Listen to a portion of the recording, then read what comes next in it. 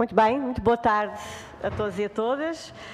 Vamos dar início, desde logo, à nossa audição conjunta da FENPROF e da Federação Nacional de Educação e, enquanto coordenadora deste grupo de trabalho, quero saudar ambas as delegações, o professor Mário Nogueira, secretário-geral da FENPROF, a professora Manuela Mendonça, a professora Anabela Sotaia, o professor José Alberto Marques e, da parte da FNE, o Dr. João Dias da Silva, secretário-geral, bem como o Dr. Jorge Gomes Santos, a doutora Maria José Rangel, a doutora Cristina Ferreira. A todos desejo boas-vindas e uma boa audição.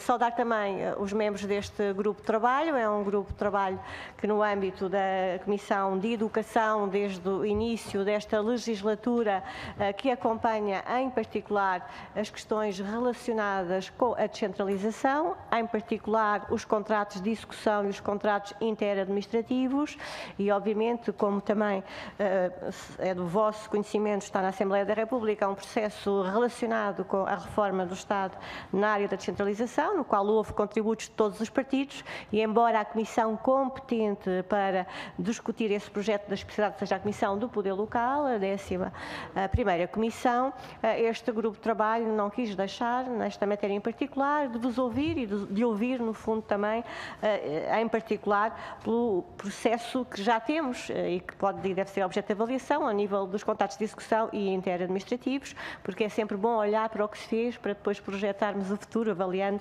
os aspectos positivos e negativos desse mesmo processo. Este grupo é então composto por todos os partidos políticos, da parte do PSD, a senhora deputada Germana Sousa, da parte do Partido Socialista, a deputada Sandra Pontedeira, Joana Mortágua, do Bloco de Esquerda, temos também a senhora deputada Hilda Araújo Novo, do CDS-PP, e a Ana Virgínia Pereira, do Partido Comunista. E, portanto, é este grupo de trabalho que, com estes deputados, neste caso estas senhoras deputadas, no género feminino, acompanha estas matérias. Em termos de grelhas de tempos, dizer quer a FENPROF, quer a FNEP, cada entidade tem 10 minutos para fazer, no fundo, a vossa apresentação inicial, dizerem o que entenderem sobre estas questões de que vos falei inicialmente e que são objeto deste grupo de trabalho. Depois, cada grupo parlamentar terá 5 minutos para colocar questões, dúvidas e observações que entenderem pertinentes e volta de novo, quer à FENPROF, quer à FNE, para fazerem a vossa síntese final, as respostas às questões das senhoras deputadas e outra matéria que não tenham dito inicialmente e que queiram depois completar, de modo a que esta audição tenha 65 minutos. Eu pedi a todos que pudessem cumprir os tempos regimentais ou terem alguma economia processual, porque temos logo a seguir uma segunda audição e depois uma terceira audição e, portanto, vai ser uma tarde de trabalhos muito sincopada, mas não queríamos deixar, obviamente, de vos ouvir e não fechar esta sessão legislativa sem ouvir aqueles que estão, de facto, no terreno e que desde sempre têm conhecimento acrescido destas matérias e porque esta é a função principal do Parlamento, é saber ouvir para depois melhor preparar a legislação e as soluções que vão ao encontro daquilo que mais nos preocupa, uma educação de qualidade, servindo bem os alunos, não descurando o papel fundamental dos agentes educativos, todos, desde os professores ao pessoal não docente, e é com essa pirâmide toda que temos que trabalhar, tendo os alunos no centro dessa mesma pirâmide. Dava então de imediato a palavra à FENPROF, ao Sr. Secretário-Geral Mário Nogueira, para então fazer a sua apresentação e aquilo que entender conveniente sobre estas matérias. Então, uma boa tarde e um agradecimento à Sra. Presidente, às senhoras deputadas, aos meus colegas da FNE. Dizer só que a minha colega Anabela Sotaia, porque entretanto foi marcada uma reunião do CNEF, portanto, de negociá-lo, e ela faz parte da Comissão da Contratação Coletiva, está lá e não pôde estar connosco. E eu, não por ser uma voz no feminino, mas por ser quem na FENPROF acompanha esta matéria, vou passar a palavra à Manuela Mendonça, que irá, com certeza, fundamentar e bem as razões porque a FENPROF é contra a municipalização da educação. Muito bem, professora Manuela Mendonça, desde já também muito bem-vinda. Muito boa tarde e muito obrigada. Eu proponho fazer no tempo disponível uma apreciação genérica desta problemática da descentralização da educação, à luz dos princípios que têm sustentado as propostas da FENPROF nesta área. E falo-ei com 4 notas e depois 2 preocupações também centradas no projeto de lei em apreço, no próprio diploma setorial, que são neste momento uma preocupação nossa. Começava por dizer que a FENPROF defende há muito a descentralização da administração educativa, salvaguardando sempre que há áreas de que o Estado Central não pode responsabilizar-se. E uma dessas áreas é justamente a promoção de uma educação pública de qualidade para todos. Sublinho a ideia de que o direito à educação não é apenas um direito humano básico, como são outros, é o direito potenciador de todos os outros direitos. E, portanto, deve ser uma preocupação do Estado garantir esse direito a todos. Uma segunda nota para dizer que para nós é muito claro, descentralizar é transferir poderes de decisão do nível central para outros níveis do sistema. Isto, do nosso ponto de vista, é descentralização. E, nesse sentido, a primeira questão a colocar é justamente que competências devem ser transferidas e para que níveis. A FENPROF defende a transferência de um conjunto de competências diretamente para o nível local e a transferência de um outro conjunto de competências diretamente para as escolas. Portanto, neste movimento de descentralização, a perspectiva da FENPROF é que deve haver dois destinatários de competências distintas. Por um lado, o local, por outro lado, as escolas. Não temos dúvidas, uma descentralização para o nível local feita em detrimento das escolas sujeitará as escolas a uma dupla tutela, condicionando ainda mais o exercício da sua autonomia. Uma terceira nota. Para o nível local, a FENPROF defende a criação de órgãos de administração educativa a nível local, a que chama Conselhos Locais de Educação. Esta proposta data de 1987-88, ano em que foi também publicado o trabalho da Comissão de Reforma do Sistema Educativo, que propunha um órgão com a mesma designação e, no essencial, com a mesma filosofia. Nos dois casos, estes conselhos são órgãos de representação ampla, fóruns participados de decisão de orientações políticas numa perspectiva sociocomunitária, órgãos em que os municípios têm um papel importante, mas não determinante, e, por isso, se distanciam dos atuais conselhos municipais de educação, quer em termos conceptuais, quer quanto à sua composição e funcionamento. Quarta e última nota. Defendendo a descentralização, a FENPROF rejeita a municipalização da educação, que é uma opção de descentralização, mas não é a única. É possível descentralizar a administração educativa para o nível local e para as escolas, para órgãos próprios, democraticamente legitimados, com adequada representação escolar e comunitária, sem correr os riscos associados a processos de municipalização que estão, de resto, subjamente estudados. O acentuar de assimetrias entre escolas de diferentes municípios, a desresponsabilização do Estado pelo financiamento da educação pública, uma maior permeabilidade à privatização e terceirização da educação, um maior controlo sobre as escolas, sistemas arbitrários e pouco transparentes de seleção de pessoal, o aumento do clientelismo, do sentimento de insegurança e da desmotivação dos professores. Não são juízos de intenção, são conclusões de estudos realizados noutros países.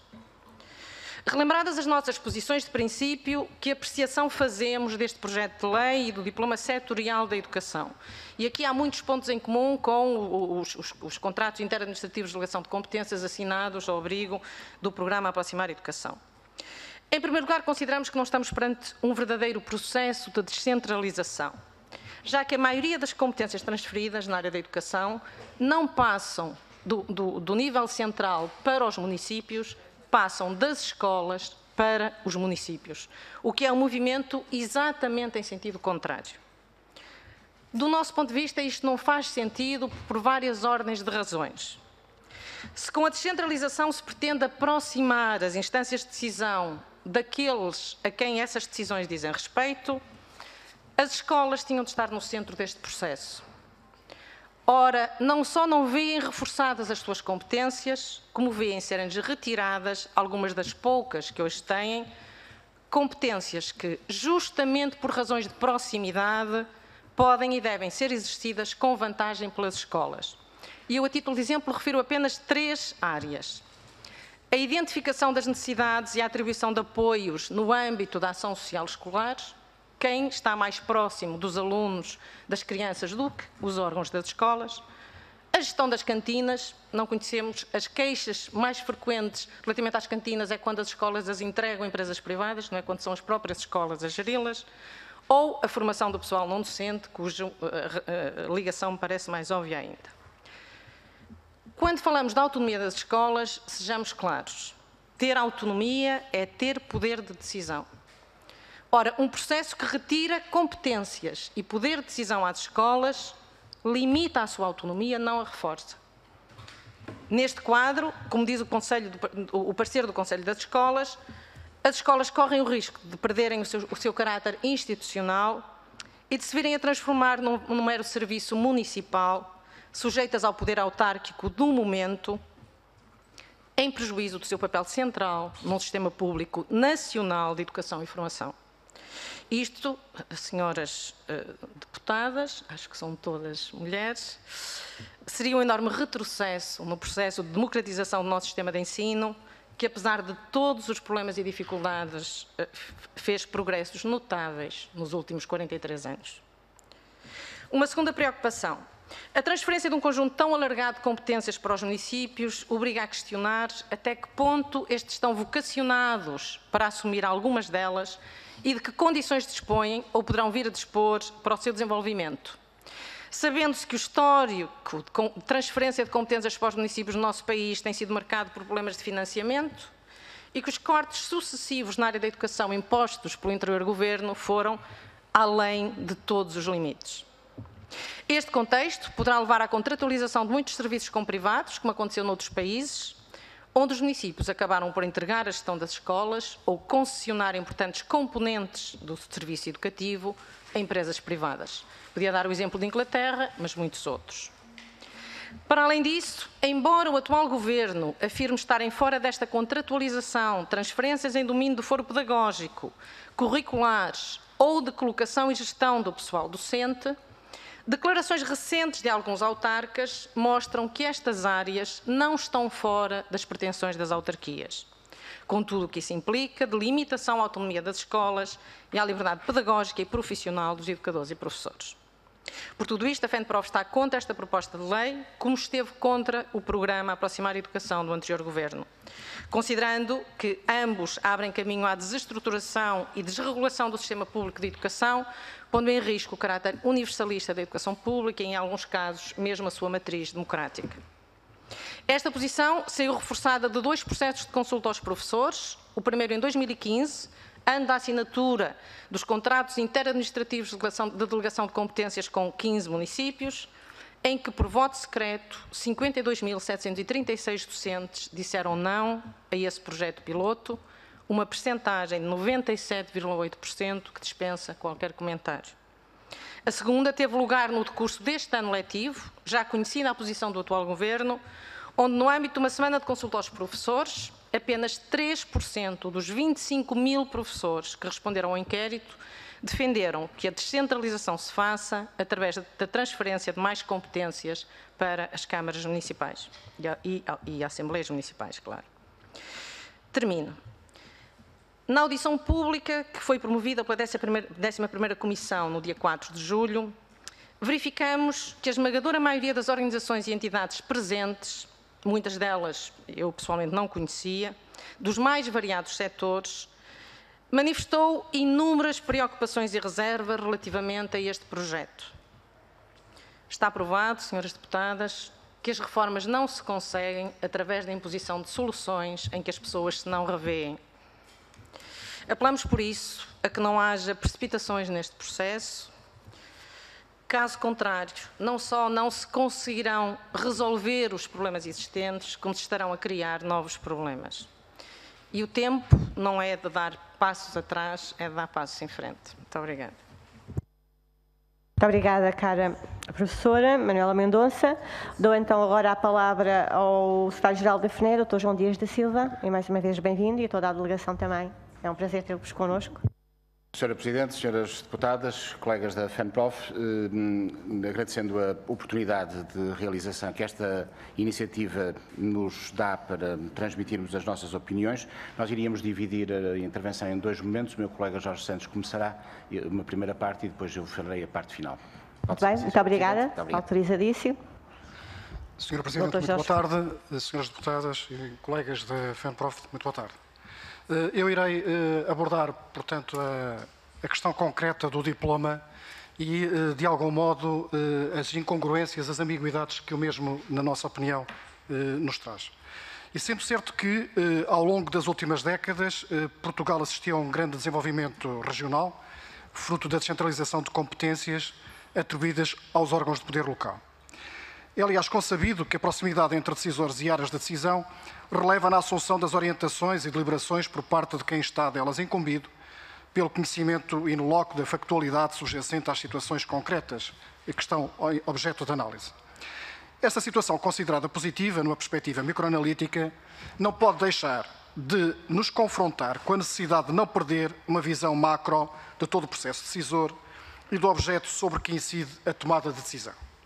Deste modo, e na perspectiva da FNE, não podemos deixar de comungar dos efeitos positivos que se podem colher desta opção, mas não podemos também deixar de olhar de uma forma mais abrangente para todos os efeitos que a mesma pode provocar em áreas onde a procura por um desenvolvimento assente em princípios de igualdade de oportunidades e justiça relativa não podem deixar de ser considerados, como é o caso da educação. E se a proximidade física dos autarcas pode permitir uma melhor gestão de recursos físicos, no que concerne à conservação das infraestruturas, aos meios de apoio aos alunos, nomeadamente no que aos transportes, à alimentação e à ação social escolar diz respeito, no que concerne à gestão de educadores, professores, pessoal não docente, a nossa rejeição relativamente a qualquer transferência de competências é clara e total. Para além desta defesa intransigente deste princípio, uma transferência de competências para os municípios, naquilo que a FNE pensa, só terá sentido se for acompanhada por transferências financeiras que assegurem condições para aqueles que substituam estas ofertas, façam com qualidade o que até hoje a Administração Central tem assegurado. Não podemos, portanto, deixar daqui de nos esquecermos daquelas situações em que as autarquias e muitos municípios se encontram, como nós sabemos, com elevadas dívidas. E isto é motivo, portanto, de desigualdade ou de potenciais criações de desigualdade. Mas atentemos em concreto no diploma em discussão e em análise. O diploma que está em análise relativamente à transferência de competências. E, na nossa opinião, o diploma em questão apresenta ao longo de todo o seu clausulado numerosas contradições, ambiguidades e possibilidades de atuação discricionária que, sendo resultado de uma assunção consciente do legislador, se revelam, na nossa perspectiva, assaz preocupantes. E, desde logo, começo pelo recurso à análise do artigo 4º, que, no âmbito do exercício das competências, recorre à expressão deve.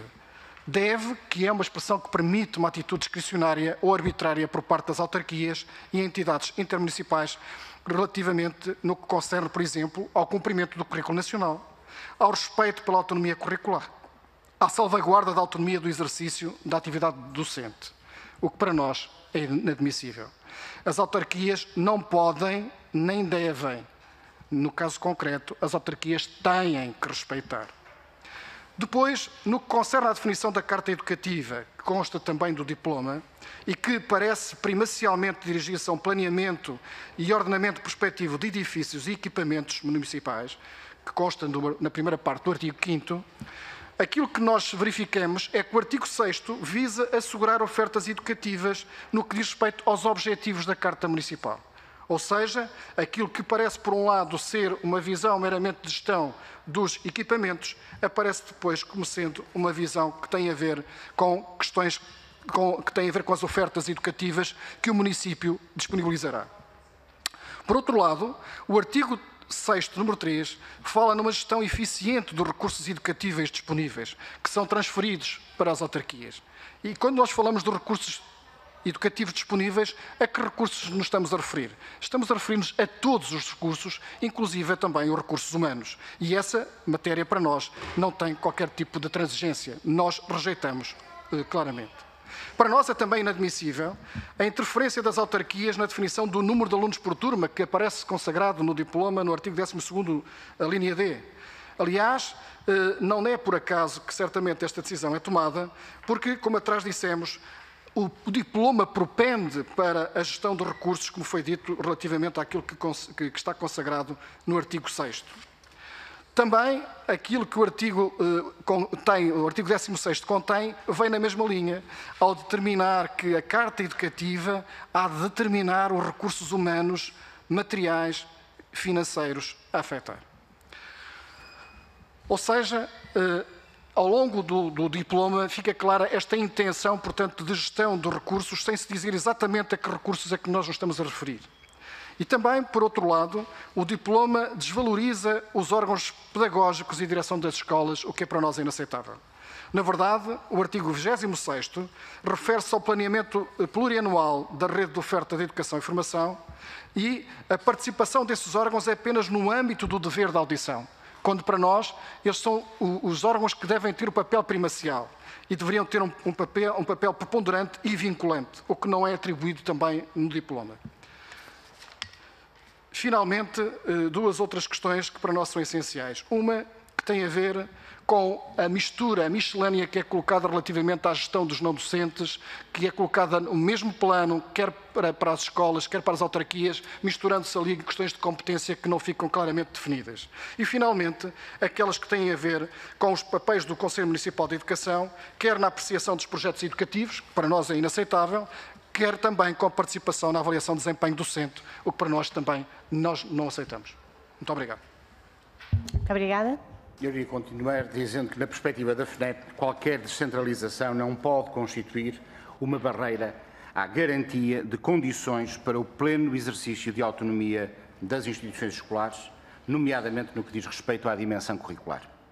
A opção pelo aprofundamento da autonomia das escolas é essencial e justifica-se pela proximidade das decisões em relação aos problemas concretos e específicos de cada uma e é uma garantia da preservação de que são as dimensões do trabalho escolar de que a escola não prescinde. Do que são as dimensões escolares do trabalho escolar de que a escola não prescinde. Às nossas escolas, em particular, não têm sido reconhecidas competências próprias em domínios significativos, apesar de um discurso que, desde 1989, tem vindo a invocar a importância da autonomia das escolas, sem nunca, no entanto, lhes terem sido atribuídos meios ou recursos para que a concretizassem.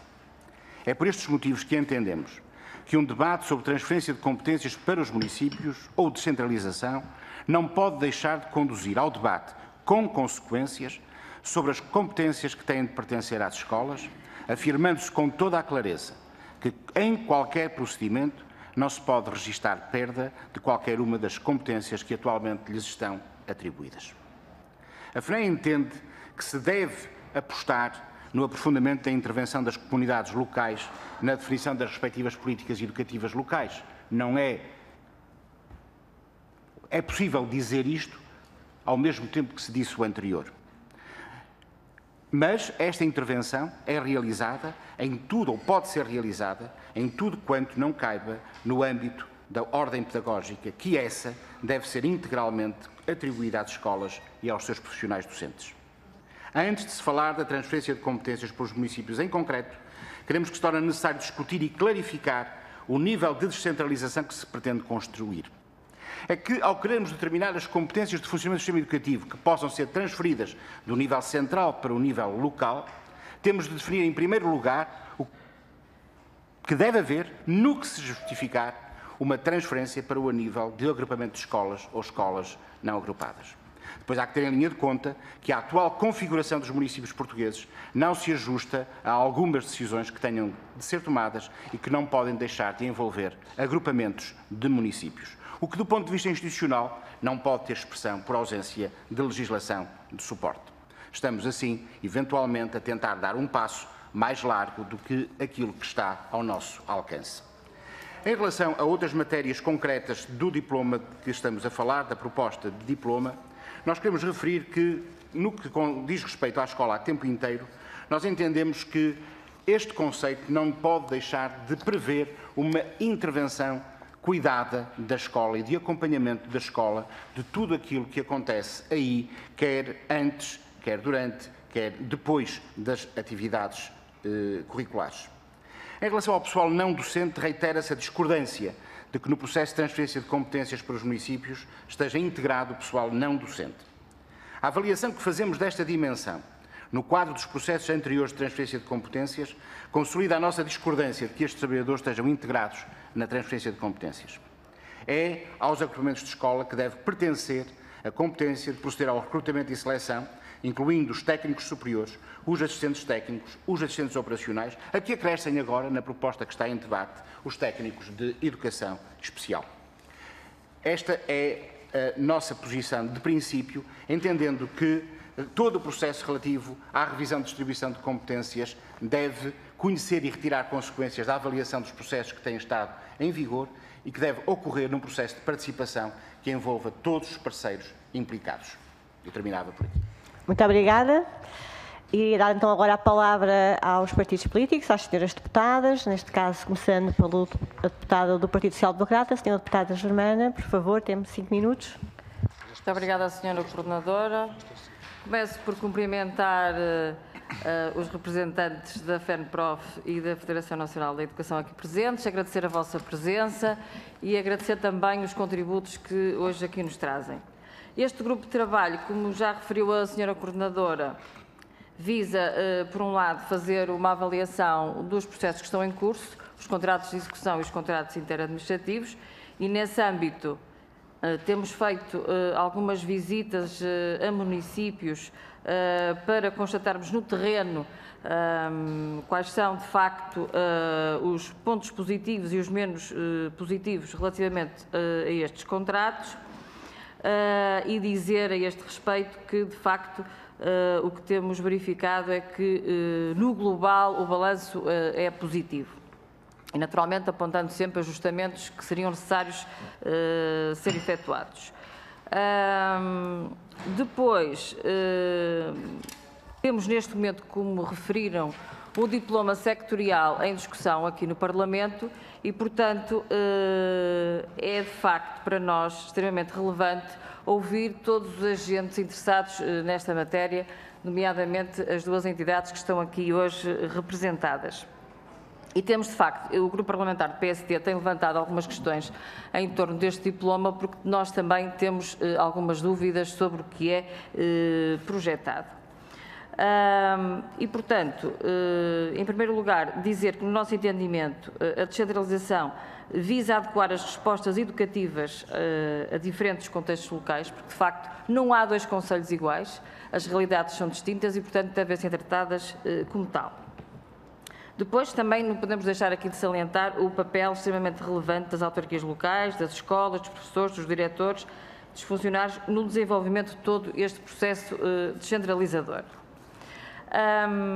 E há aqui alguns aspectos que eu gostaria que concretizassem, como é o caso da proposta da FENPROF da criação de conselhos locais de educação. Gostaria que concretizassem um bocadinho melhor como é que pretendem, qual será o funcionamento e a composição desses conselhos locais de educação, gostaríamos de saber mais concretamente.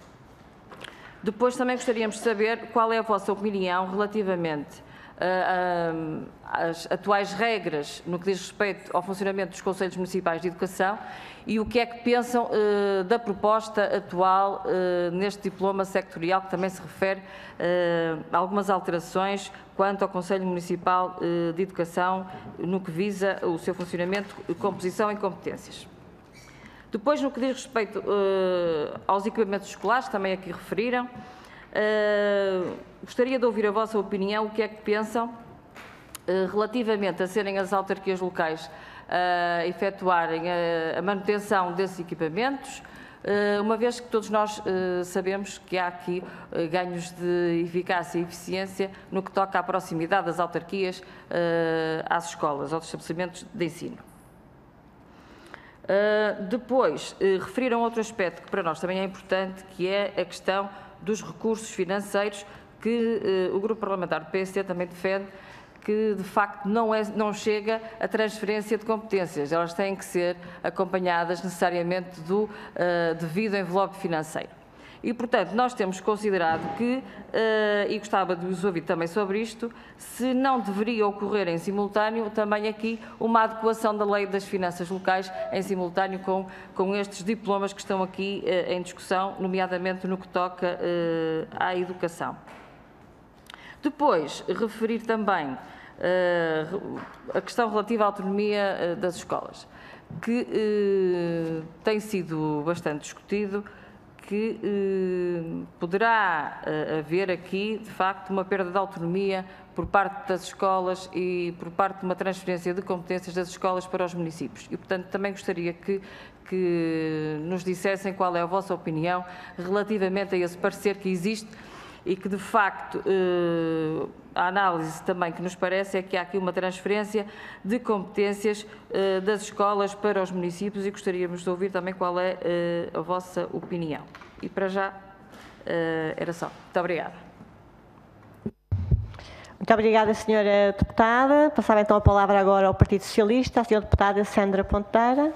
Muito obrigada. Muito boa tarde a todas e a todos. Uma saudação também em nome do Partido Socialista à FENPROF e à FNE, hoje aqui presentes.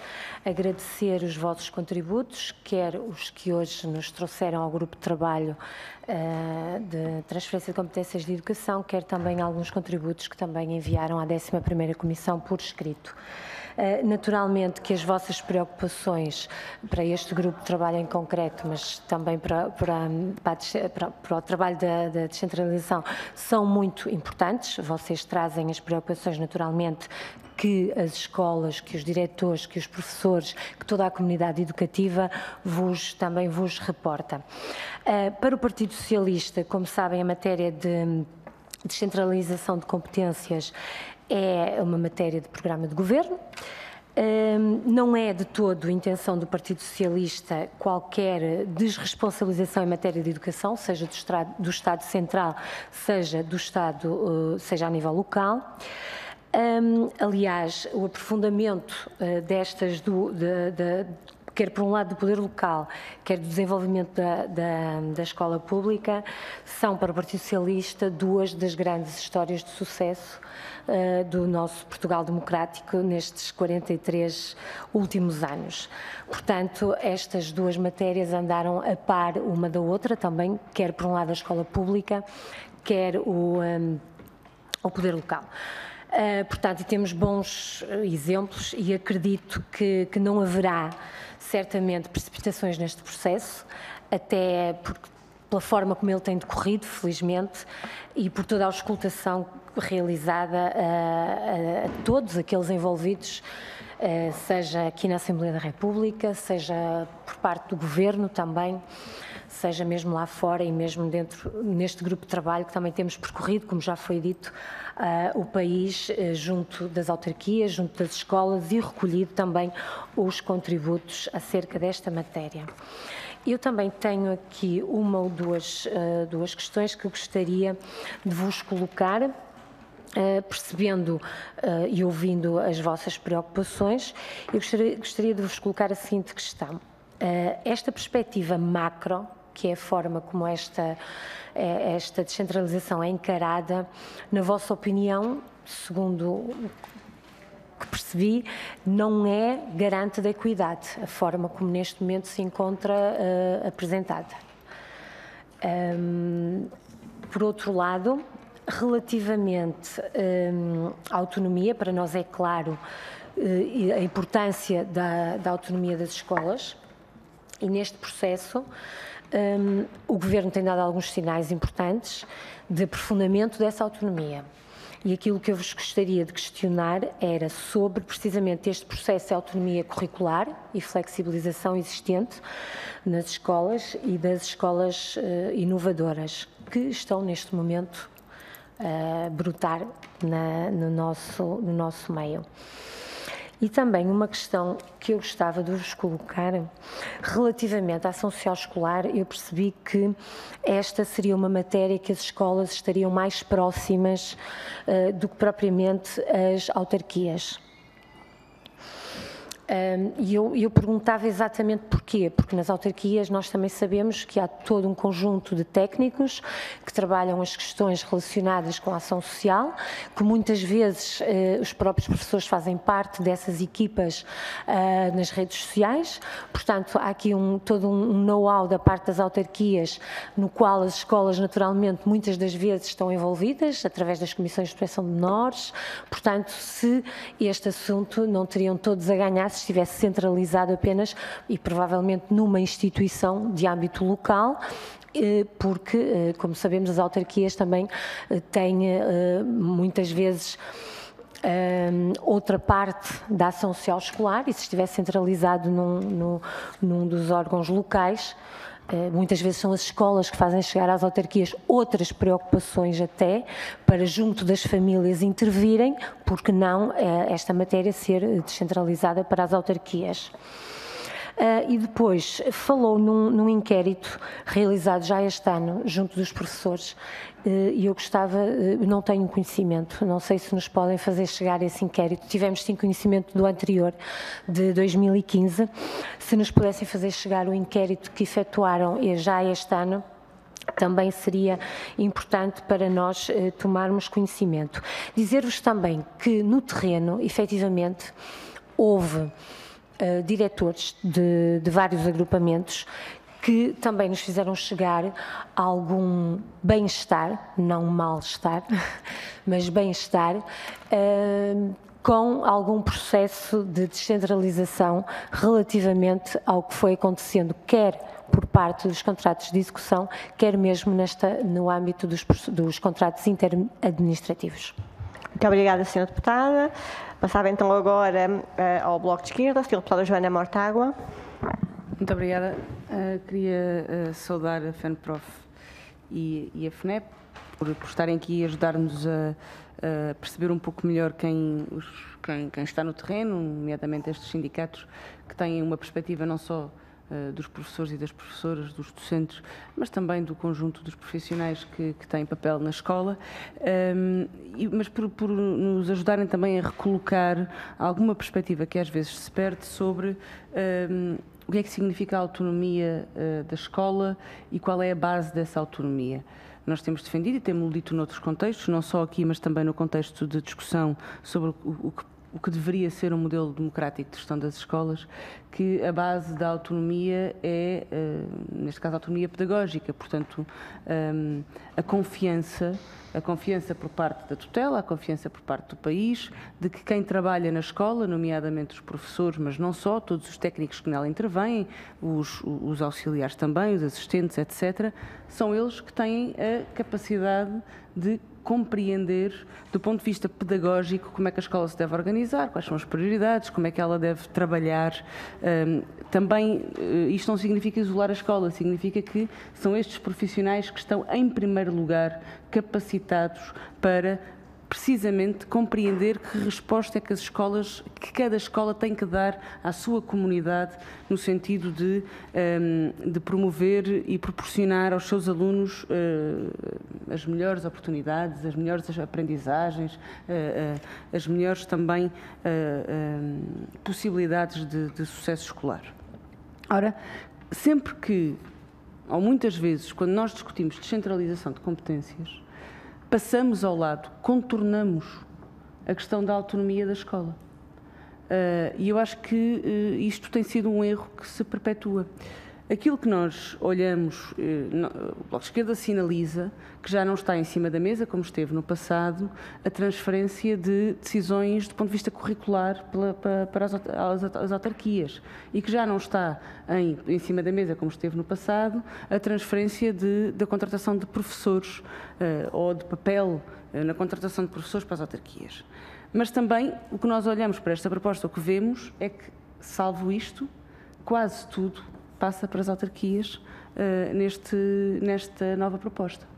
E do nosso ponto de vista isso põe em causa aquilo que aqui, um conjunto de princípios que aqui também os representantes sindicais nos vieram trazer, nomeadamente uma perspectiva universalista e democrática da escola pública.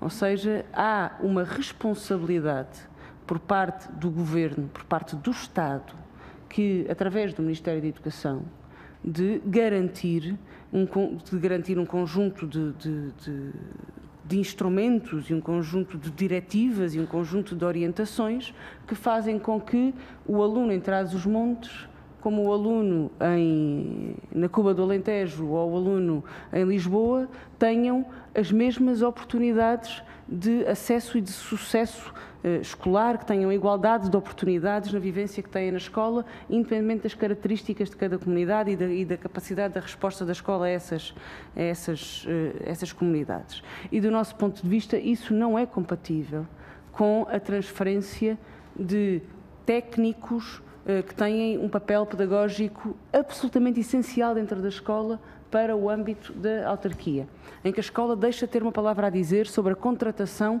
não só sobre a contratação, mas depois, no fundo, sobre a gestão do papel e do trabalho desses técnicos dentro da escola. Porque cria-se aqui um conflito, que também foi aqui dito, um conflito, uma dualidade de tutela, que nós hoje já assistimos em relação aos auxiliares, com casos caricaturais, digamos assim, que eu agora até podia dar 2 ou 3 exemplos que são de caricatura, mas que acontecem, em que os assistentes operacionais, numa linguagem muito corriqueira, dirão afinal quem é o meu patrão. É o diretor da escola ou o Presidente da Câmara Municipal? E de acordo com o interesse da Câmara também, e sejamos claros sobre isto, se definirá como é que esses recursos são alocados também do ponto de vista do território, dos agrupamentos, etc. Preocupa-nos, para terminar, 2 coisas, algumas coisas que a experiência não abona muito. Preocupa-nos um exemplo extremo que assistimos, e eu gosto de relembrá-lo para que não se esqueça o que é que muitas vezes isto significa. Preocupa-nos o exemplo extremo do vereador da Educação que tem gabinete dentro do agrupamento de escolas. Isso preocupa-nos. E, portanto, preocupa-nos que os municípios, com todo o papel que têm do ponto de vista de promoção do direito à educação no seu território, e que têm e que o fazem, e já o fazem hoje com muito mérito em muitos municípios, isso já acontece. Preocupa-nos a intervenção que os municípios possam passar a ter na capacidade pedagógica e de direção pedagógica e de autonomia pedagógica dentro das escolas. Preocupa-nos que os professores sejam os únicos profissionais a manter tutela exclusiva do Ministério da Educação e que no futuro isso seja visto como o último passo a dar. Preocupa-nos a possibilidade de privatização de serviços escolares no âmbito da municipalização da educação. E, portanto, eu não colocaria nenhuma pergunta em concreto, diria apenas que, no essencial, o Bloco de Esquerda está de acordo com as preocupações que aqui levantam e, aliás, é por isso que nós temos oposições marcadas a este projeto de descentralização de competências. Muito obrigada, Sra. Deputada. Não podemos continuar a exceder tempos, mas eu, por uma questão de equidade, obviamente, agora fico aqui com esta limitação. Sra. Deputada do CDS, Hildara Novo, que eu sei que é sempre escrupulosa no cumprimento dos tempos, dou-lhe a palavra.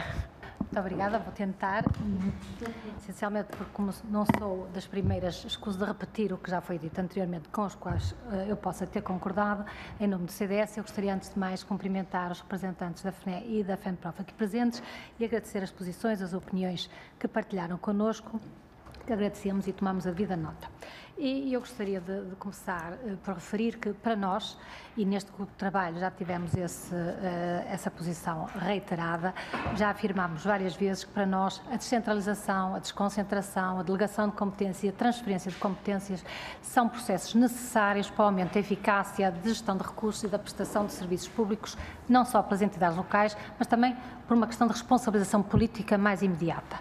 E todos estamos presentes, todos sabemos que as autarquias, com responsabilidades assumidas já desde 2007, diferentes daquelas que agora se preconizam, portanto, são já depositárias de competências nessa área e sendo de reconhecer, e é indiscutível, os ganhos de eficiência na gestão dos recursos.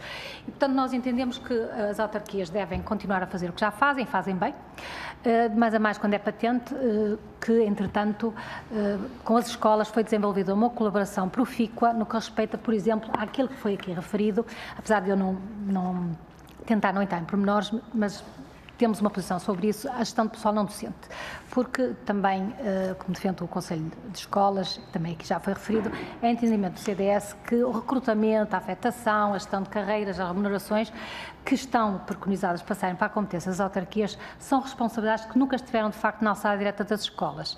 E as experiências recentes de transferência destas competências para as autarquias têm-se revelado eficazes na resolução de muitos dos problemas de falta de pessoal com que as escolas se debatem atualmente. E, como tal, o CDS declara-se frontalmente favorável a esta transferência. Ou seja, na prática, a experiência decorrente da aplicação, por exemplo, dos contratos interadministrativos em vigor, tem até demonstrado não haver razões de qualquer tipo de apreensão.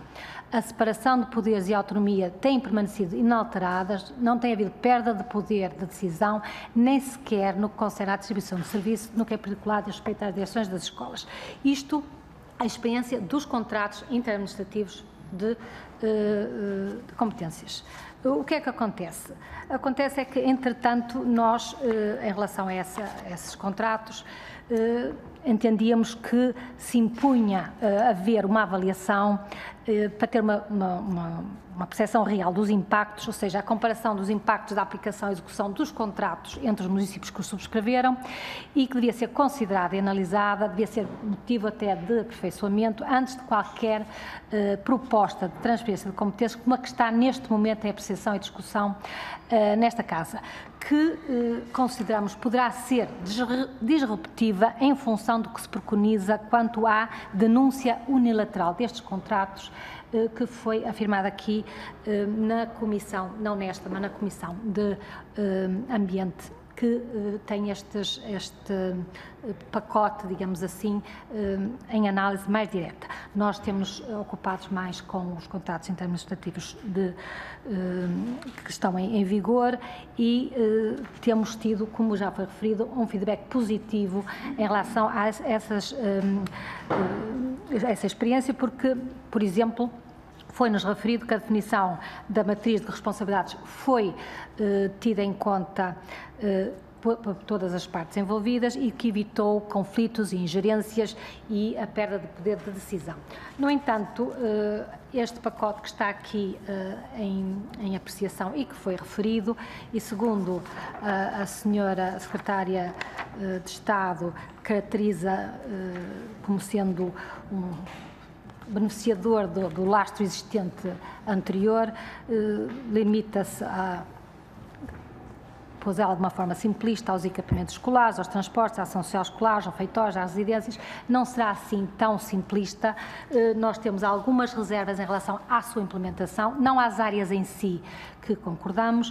No entanto, atendendo ao que o exemplo que nós temos neste momento é o dos contratos interadministrativos, gostaria de solicitar aos presentes que nos dessem exemplos concretos daquilo que entendem, tendo em conta, e repito, esta experiência, como é que os analisam, como é que os avaliam em termos concretos, naquilo que entendam possa ter sido positivo ou negativo, para estabelecermos uma forma de comparação com aquilo que está a ser preconizado nestes novos documentos.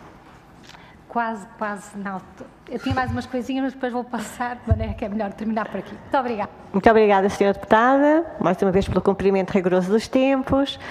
Saudava então agora a Sra. Deputada Virgínia Pereira, do Partido Comunista, para usar da palavra. Muito obrigada, Sra. Presidente, Senhoras Deputadas, excelentíssimos representantes da FENPROF e da FNE aqui presentes, que nos quiseram vir trazer os seus valiosíssimos contributos para o trabalho que nós estamos aqui a desenvolver neste momento. E começaria por uma nota prévia, relativamente ao que a Sra. Deputada do PSD, Germana Rocha, disse a propósito dos recursos financeiros, as preocupações com os recursos financeiros, quando foi o PSD-CDS que cortou em todas as transferências para as câmaras e que as pôs numa situação de fragilidade que então realmente que não seria nunca fácil fazer essa transferência. Referiu também que com o atual modelo há uma perda da autonomia das escolas, sim, com certeza, mas quem mais cortou nessa autonomia? Dizer ainda que atualmente com este modelo nós estamos a ouvir quem está no terreno. No anterior modelo do contrato interadministrativo, aliás, que foi o princípio primeiro para a realização deste grupo de trabalho, era a avaliação do contrato interadministrativo, mas aí ninguém nos ouviu. Ouviu-se quem? provavelmente os diretores das escolas que estamos nós a fazer agora, mas também, como foi aqui dito até pela senhora deputada Sandra Pontedeira, que tem havido, e é verdade, tem havido do lado das escolas uma avaliação positiva. Na verdade, nas escolas só ouvimos diretores e os professores. E os professores. A doutora Manuela Mendonça trouxe aqui situações bem reais, que foi o estudo feito quando do contrato interadministrativo e que não precisa de nenhum comentário, assim como este que foi realizado este ano, que eu também desconhecia e gostaria também de conhecer. Portanto, isto é tudo muito bonito, mas é preciso ver as coisas exatamente como elas são. Ouvi diretores muito bem, com certeza, mas e os professores? E os funcionários? E os pais? E os alunos? Esta gente não conta? São muito mais do que os diretores. Pronto. Relativamente à posição do PCP sobre isto, nós consideramos que, efetivamente, as autarquias têm um papel importantíssimo junto das comunidades, com certeza que sim, e não desvalorizamos nunca o papel das autarquias. No entanto, há que não confundir ou substituir as responsabilidades que pertencem não às autarquias, mas sim ao Estado, e é o Estado que tem de dar resposta. Sobretudo, em domínios como a educação, que são um pilar fundamental para o crescimento e desenvolvimento do país e para a elevação da cultura, e só a manutenção na tutela da Administração Central poderá garantir o cumprimento do texto constitucional naquilo que diz respeito à consagração da oferta pública de qualidade democrática, inclusiva e para todos. Só no domínio da administração pública pode ser garantido. A delegação de competências central nos municípios é geradora de grandes e potencia novas assimetrias num país como o nosso, que já de si tão desigual, com tantas assimetrias. Esta descentralização pode levar ainda uma maior assimetria, nomeadamente porque nem todos os municípios têm a mesma capacidade financeira, para começar. Aqueles municípios que estavam sob o PAEL no anterior governo não tinham dinheiro para nada. Como é que eles iam tratar a educação? Portanto, e mesmo os outros, sem precisar do PAEL, com o corte que foi feito no financiamento, as coisas pioraram. Portanto, para além deste problema, também, para além destas práticas, também há a sensibilidade de cada município relativamente a essa situação. Dizer ainda que os exemplos que nós temos anteriores não nos dão um grande sossego, não nos tranquilizam. Quer o de 2008, quer o de 2015, pelo contrário, até porque os municípios, por muito que queiram, nunca conseguiram fazê-lo, porque o que se foi transferido foi problemas, foi falta de dinheiro, de financiamento. Muitas vezes, se o financiamento não chegava para responder às necessidades das populações do município, como é que eles iam fazer com esta falta de transferência de financiamento para as autarquias? Iam deixar de pagar aos funcionários ou iam deixar de arranjar o buraco na rua? É preciso ver que isto, a ser transferido, tem de ser feito para as freguesias. Para os municípios, não é efetivamente solução para esta situação.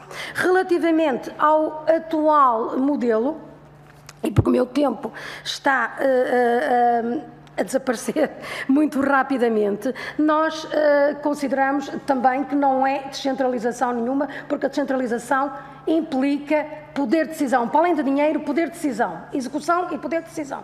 E nós aqui assim não temos ainda nenhuma resposta sobre isso, nem o poder de decisão. Se queremos dar poder de decisão a quem está mais perto das escolas, são os professores e os seus representantes que também vão fazendo esse trabalho de reunir as diferentes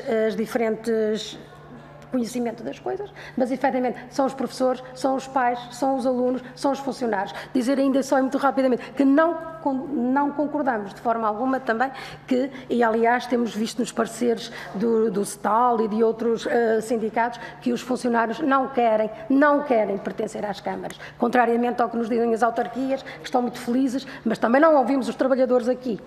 Eu teria muito mais para dizer, mas fico-me por aqui. Muito obrigada, Sra. Deputada. A Sra. Deputada Germana pede-me a palavra, ela ainda tem mais uns segundinhos, eu vou dar-lhe. É suficiente, Sra. Coordenadora.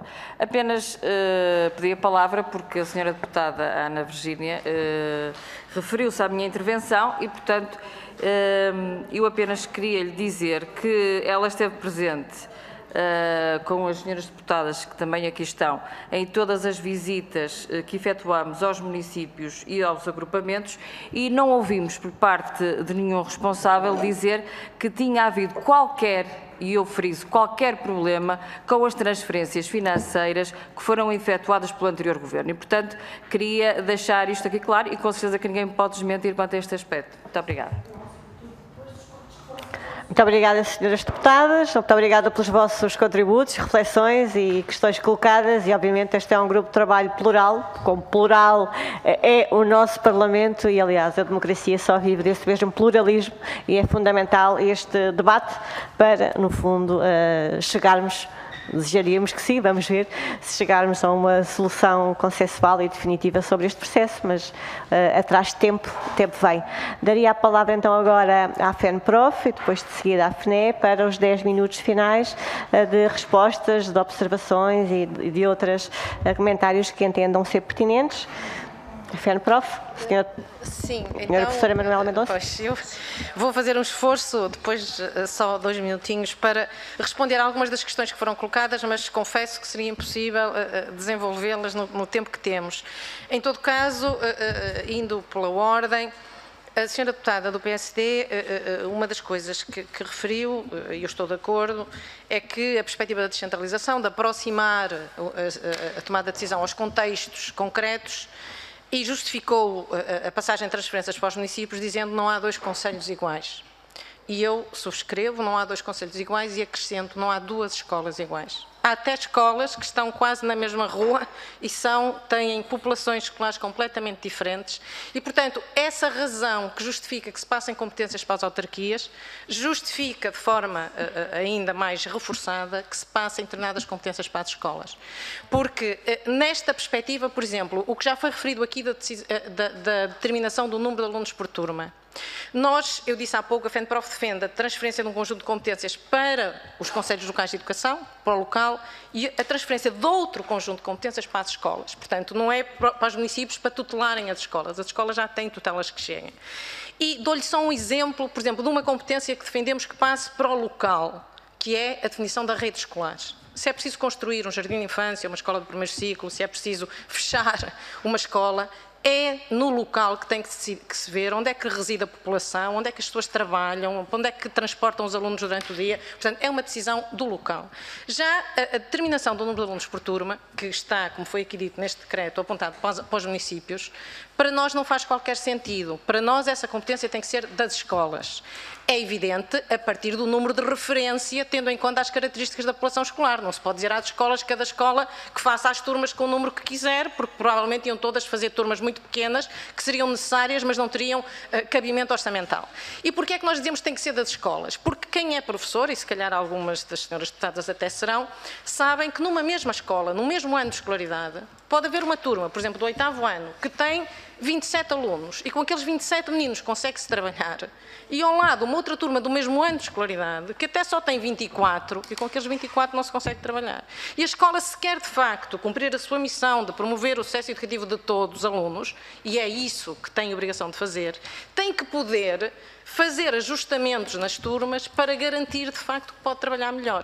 E por isso é que, o que foi aqui apontado, a definição do número de alunos por turma deve ser competência das escolas. Isso significa que são as escolas que decidem. Se decidirem mal, responderão por isso. É preciso responsabilizar. Quando se entrega responsabilidades, é preciso responsabilizar. Mas é das escolas, não é dos municípios. E, portanto, por isso é que nós dizemos que o que devia estar à cabeça deste processo ou do outro aproximar a educação por meio de razão era dizer quais são as competências que devem passar para aqui e que devem passar para ali e discutir isso com as comunidades escolares, que foi uma coisa que, ao contrário do que foi aqui dito, não aconteceu.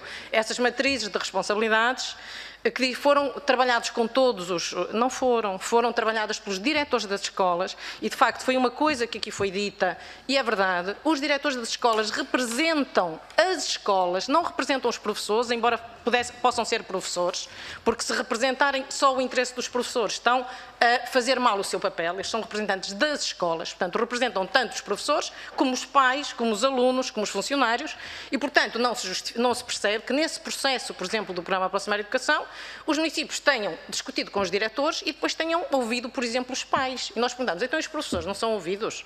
Como se os professores fossem ouvidos através de uma audição aos diretores. E, portanto, esse processo foi todo errado, Sra. Deputada. Eu lamento dizer que, de resto, houve uma observação sobre a questão da autonomia das escolas. De facto, eu acho que o exemplo, e tenho dito isto, mais flagrante de como esse programa Aproximar Educação não respeitou a autonomia das escolas e muito menos a reforçou, é que, por exemplo, no Concelho de Matosinhos, das 12 escolas, 12 agrupamentos existentes, 5 concelhos gerais disseram não a esse projeto piloto. E um projeto que dizia, inclusivamente, podia não dizer, mas dizia no preâmbulo, que só entrariam nesse projeto os municípios cujos conselhos gerais das escolas dissessem que estavam de acordo com isso. Até dizia que tinha que haver uma declaração do Presidente do Conselho Geral a dizer a escola está de acordo que o município entre. O município de Matosinhos entrou, arrastando à força 5 escolas que não queriam entrar. E, portanto, eu acho que esta é a prova mais evidente do total descrédito da autonomia das escolas, mas não foi o único município que fique registado. Pronto, eu não tenho tempo para aprofundar isto, mas gostava de dizer que, de facto, no que diz respeito à autonomia das escolas, a autonomia das escolas neste país, como diz o professor João Barroso, que é uma das maiores autoridades aqui a nível da investigação na área da administração escolar, a autonomia das escolas neste país é como o Pai Natal. Toda a gente finge que existe, mas toda a gente sabe que não existe. E, portanto, nem existe nas escolas que estão fora do contrato, nem as que estão do contrato e, pelo que parece ser aqui este projeto, também não vai existir nas que vierem a viver depois deste processo. Mas, enfim, avançando. Perguntava a Sra. Deputada sobre a questão dos Conselhos Locais de Educação. Eu gostava muito de poder falar dos Conselhos Locais de Educação, porque eu acho que é uma proposta interessante. A proposta da Comissão de Reforma do Sistema Educativo parte de uma lógica diferente, procura concretizar a Lei de Base do Sistema Educativo, que fala que a descentralização deve ter vários níveis, um dos quais o nível local, e a FENPROF parte de outra lógica, que é umas dinâmicas de encontro de conselhos diretivos, sobretudo aqui na margem sul do Tejo, que percebiam que as escolas sozinhas não podiam resolver alguns dos problemas com que se confrontavam. E então propuseram, é preciso encontrar um órgão onde as escolas estejam, mas estejam outros atores locais, onde estejam as autarquias, onde estejam representantes da administração regional, onde estejam os interesses económicos, sociais e culturais da região. Por exemplo, nas propostas da FENPROF, quem deve estar nos órgãos de direção das escolas devem ser apenas os representantes da comunidade escolar e não representantes da comunidade educativa. Os representantes da comunidade educativa, no sentido mais amplo, nós dizemos devem estar num órgão local, o que significa que os interesses económicos, sociais e culturais, as autarquias devem estar num órgão local que trabalha com as escolas de um concelho e que em cada escola devem estar os representantes da comunidade escolar, que para a FENPROF são os representantes dos pais, dos professores, dos alunos e dos funcionários. Quem lá vive e trabalha, no caso dos pais, que representam os filhos. Enfim, é uma proposta que tem várias dimensões que nós temos dito, por exemplo, relativamente aos Conselhos Locais de Educação. Das pessoas que mais escreveu sobre isto foi o professor Sousa Fernandes, que é também um dos académicos mais conhecidos nesta área. O professor Sousa Fernandes não tem nenhum preconceito contra as autarquias, quer dizer, foi até Presidente da Assembleia Municipal de Braga durante muitos mandatos, portanto é um autarca, e ele próprio defendia a vantagem, e defende, ainda há pouco tempo, esteve numa iniciativa connosco, pouco tempo, relativamente, infelizmente não há tão pouco, e defendia a vantagem dos Conselhos Locais de Educação relativamente ao que existe hoje, Conselhos Municipais de Educação, que são órgãos dos municípios e que são criados para apoiar os municípios nas suas competências. Portanto, há vantagens, nós já dissemos isso até aqui nesta comissão, pedimos que fossem estudados o professor Sousa Fernandes, esse documento da Comissão de Reforma do Sistema Educativo diz, por exemplo, chega a pormenores que as propostas da FENPROF não têm, que é onde é que reúne esse Conselho Local de Educação, por exemplo, como é que é escolhido o presidente, quais são, ao nível da composição, as várias entidades, portanto, valia a pena, antes de aprofundar este caminho de descentralização, ver se a educação, de facto, não é possível descentralizar de outra maneira, que não seja transferindo competências para os municípios. Eu sei, já me estou aqui a perder, tinha muitas coisas. Se neste processo a lei das finanças locais devia em simultâneo ser discutida, nós achamos que sim, quer dizer que isso que seria uma garantia. A senhora deputada do Partido Socialista disse que não haverá precipitação neste processo, até de acordo com a forma como este processo está a decorrer.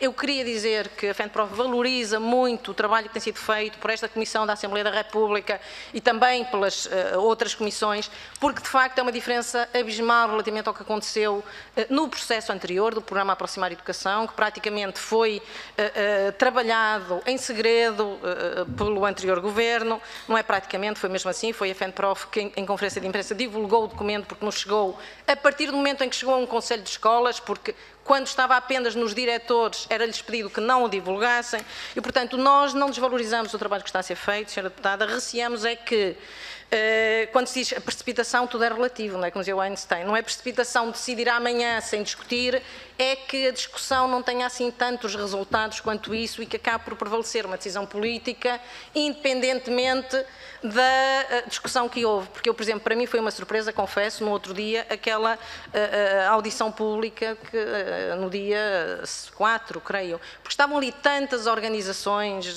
os médicos veterinários municipais, associações de património, quer dizer, tantas entidades diversas a manifestar preocupações que, no essencial, são preocupações que nós temos do ponto de vista dos princípios, que dá que pensar, então se chama as pessoas para as ouvir. Se há tanta gente que está contra esta perspectiva de que os municípios tenham aqui competências redobradas, será que vale a pena participar? Será que esta é que é um pouco a nossa dúvida? Oxalá não se venha a confirmar isso e, de facto, seja possível aqui introduzir alterações.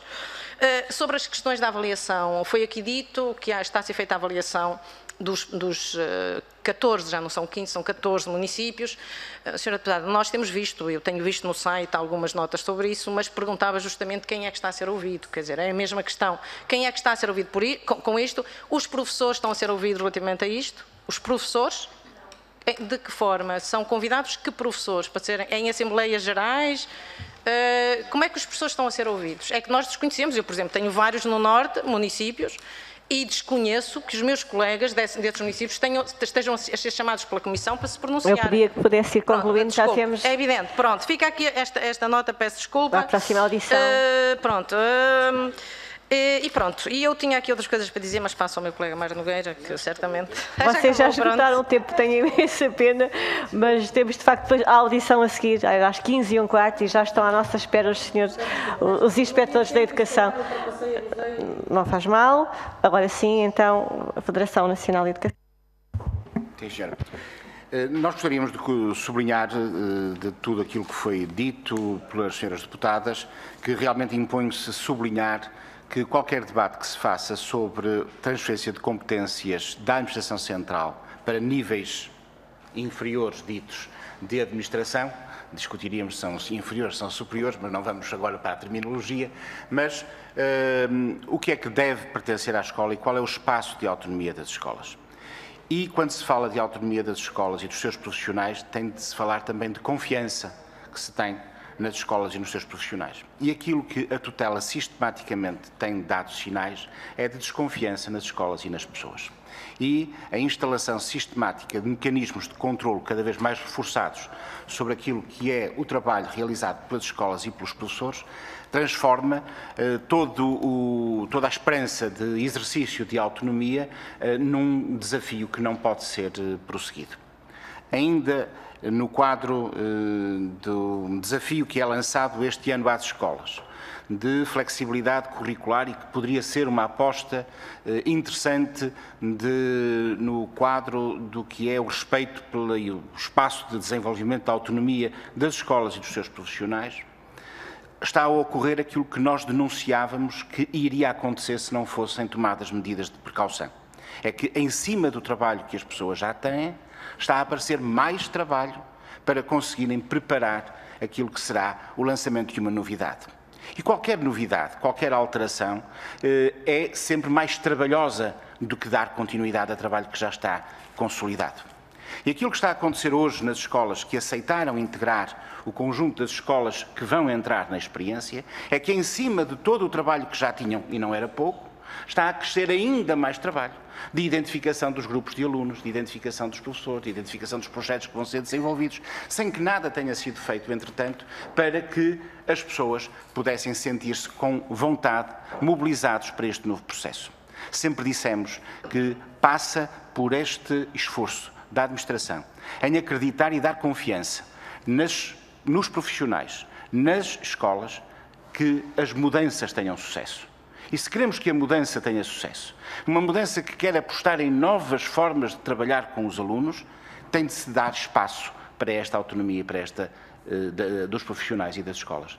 Ora, se nós nos limitamos a fazer crescer trabalho sobre o muito trabalho que já existe, nós não estamos a ajudar ao sucesso de uma iniciativa que poderia vir a ter sucesso e que seria útil para a qualidade do trabalho que se desenvolve dentro das nossas escolas. Relativamente ao diploma que temos presente e que foi aqui referido, nós, e nas intervenções das senhoras deputadas, nós continuamos, reitero, a importância de não pormos de lado o debate e de esta Comissão poder incluir nas suas conclusões a preocupação de um trabalho efetivo sobre a determinação daquilo que é o espaço próprio de autonomia das escolas e que não se esteja, de forma mais ou menos enviesada, por uma ou por outra ambiguidade, a permitir que se ponha em causa sequer aquilo que já são hoje competências poucas que as escolas têm e com fraquíssimos recursos. Há, no quadro do projeto de decreto-lei que está em cima da mesa, há um conjunto de normas que, pela sua ambiguidade, deixam muitas incertezas relativamente àquilo que será o espaço de decisão das escolas e a capacidade de interferência, de intervenção do município naquilo que devem ser áreas que devem ser protegidas pela escola.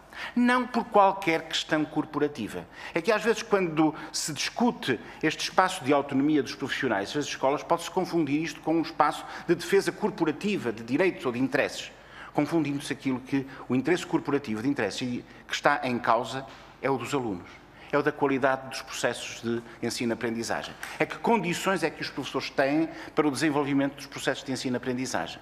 Que condições é que as escolas têm para dotar as salas de aula e os mecanismos de ensino-aprendizagem, dotá-los de tudo aquilo que é necessário para que haja sucesso, para que haja compensação, para que haja apoio aos alunos que têm dificuldades.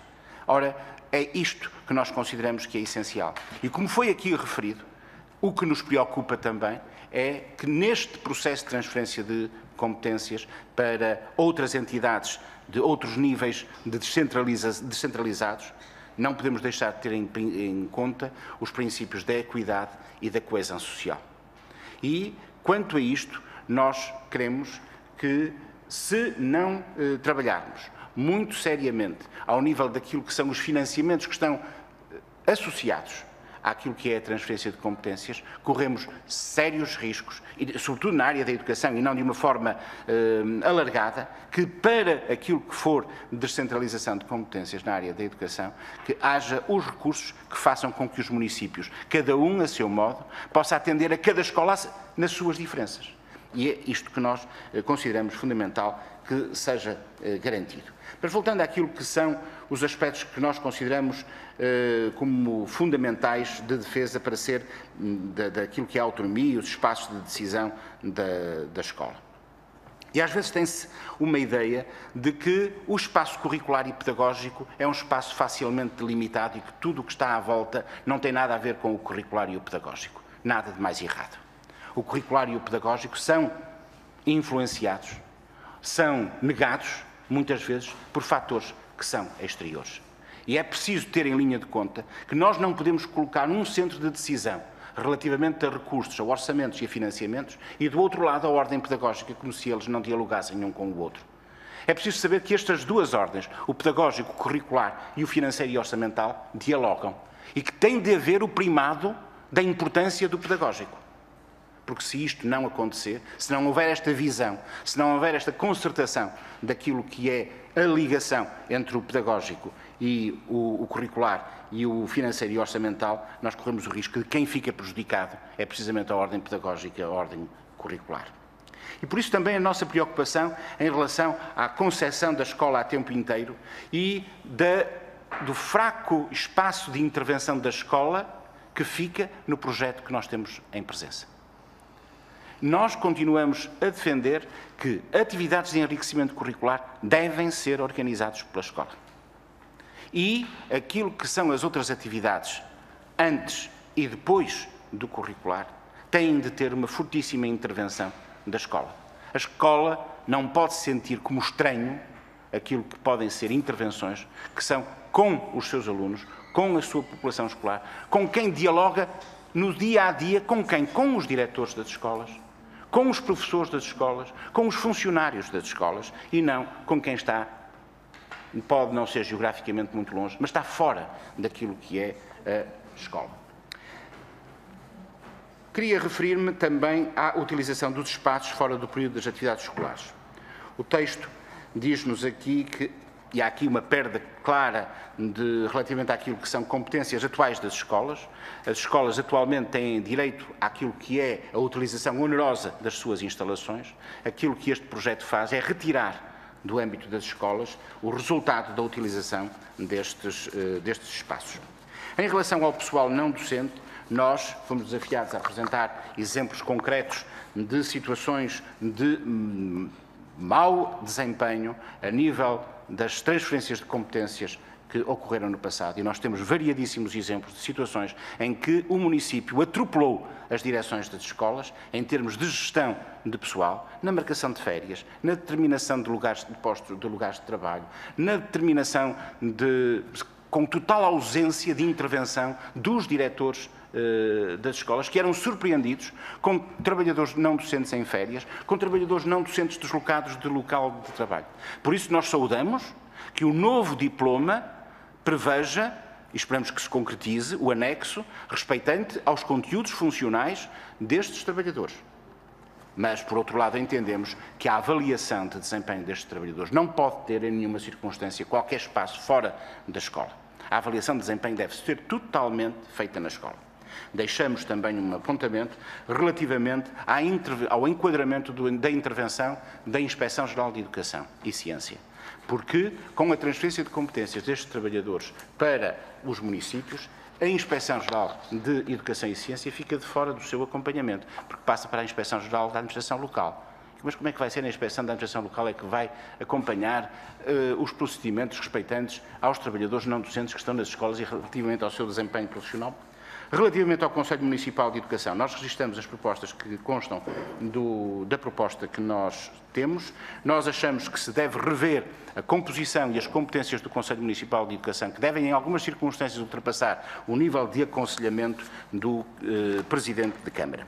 A terminar, achamos que há 4 critérios fundamentais a serem respeitados neste processo. Ponto 1, respeito pela autonomia, dar confiança às escolas. Segundo, qualidade da oferta educativa. Terceiro, equidade. Quarto, coesão social. Terminamos.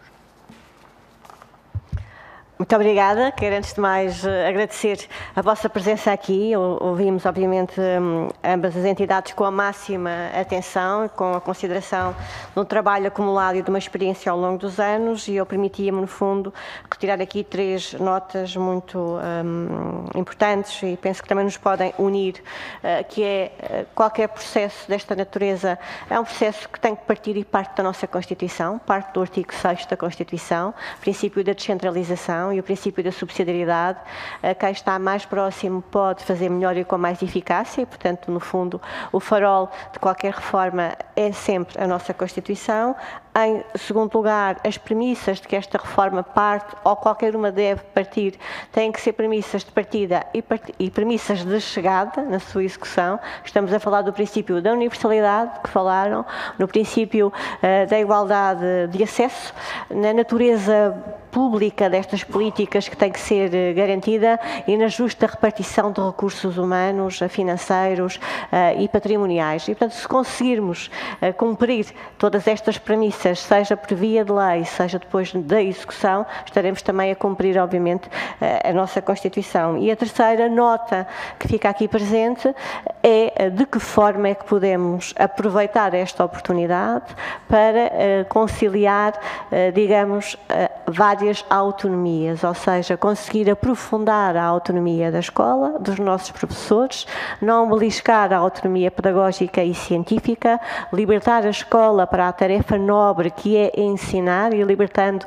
os nossos professores de uma agenda administrativa e uma sobrecarga burocrática que os torna como uma das classes em maior burnout e, portanto, e também em situações que sabemos, de um ponto de vista psicológico, muito violentas e, ao mesmo tempo, dotar o poder local, câmaras e freguesias, de competências que tornem o nosso país menos centralizado, uma vez que é o país mais centralizado da Europa. E, portanto, e como é que nós conseguimos conciliar todas essas autonomias e aprofundamentos sem nos beliscando, dando a cada um a sua vocação para que, no fundo, possamos, acima de tudo, cumprir o objetivo que nos une a todos, que é ter uma escola pública de qualidade, uma escola de todos e para todos, onde as aprendizagens e a sua qualidade são fundamentais, para que possamos ter uma escola de crianças não memorizadoras, mas de crianças sabedoras, ou seja, de cidadãos. E se conseguirmos cumprir todos estes desafios e exercícios tão difíceis, eu julgo que poderemos fazer e conseguir ter uma boa reforma. Não é fácil, mas se fosse fácil também não era para todos nós e não era aqui também para a Assembleia da República, que saberá estar à altura destas expectativas. Este é o tempo do Parlamento e vamos fazer deste tempo um tempo de qualidade, sem atropelos, sem pressas, porque esta reforma é demasiado importante para todos e, sobretudo, obviamente, para quem mais nos preocupa, que são todos os agentes que estão no sistema educativo e os nossos alunos em particular. Muito obrigada mais uma vez pelo vosso trabalho e às senhoras deputadas, iremos continuar nesta nossa ronda hoje difícil, mas exigente como sempre. Muito obrigada.